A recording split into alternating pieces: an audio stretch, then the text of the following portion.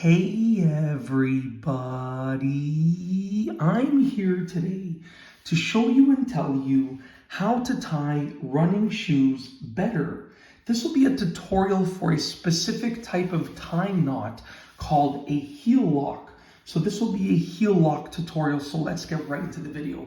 Now, if you have a problem of getting like bruised toes or lots of blisters when you run, then this is definitely a great video for you because the heel lock will actually keep your heel in place, prevent your foot from moving in the shoe, and it's just a better way of tying your running shoes, whether you are walking or going for a jog or going for some sprints. Let's get right into the video.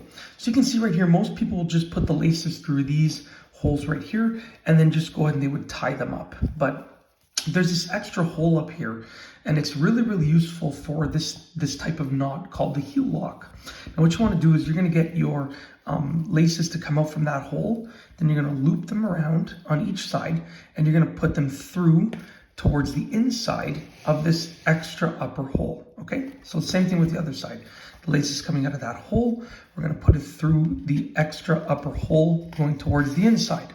Okay, you can make these loops nice and small because you only need them to be really small, very simply. So as you can see right there, we have these two extra small loops. Sorry about that, I apologize. I need to actually have a glass of water.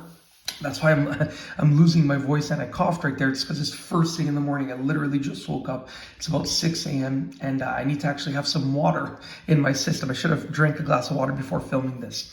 Anyways, continuing, because I'm going to be going on my run soon, so we should get this video going. Continuing, you're going to take this lace and you're going to bring it across the opposite side and you're going to go bring it down through that loop right there, okay? And you're going to take this lace, bring it across the opposite side and bring it down through that loop right there.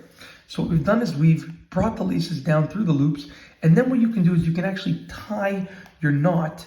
And when you tie up the shoe, if my foot was in here, well, these are my wife's shoes. So if her foot was in here, my running shoes are upstairs, but they're all dirty.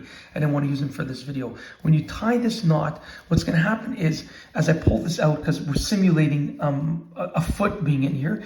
So if you tie this knot, you can see that it actually is bringing in the heel. It's bringing the foot in. It's tightening the foot in so that it does not move as much, okay? So it massively limits the actual foot movement, and then you can tie up your single knot or your double knot. It's up to you. But if you tie it nicely, you can see right here that it brings in this part, which will sort of lock in your heel in place, prevent it from moving, and prevent you from getting any blisters or any bruised toes or anything like that. It's just a better way of tying your running shoes. I always tie my running shoes like this, even if I'm just going for a walk. It just really helps my feet, you know, not get bruised, not get blistered, and so forth.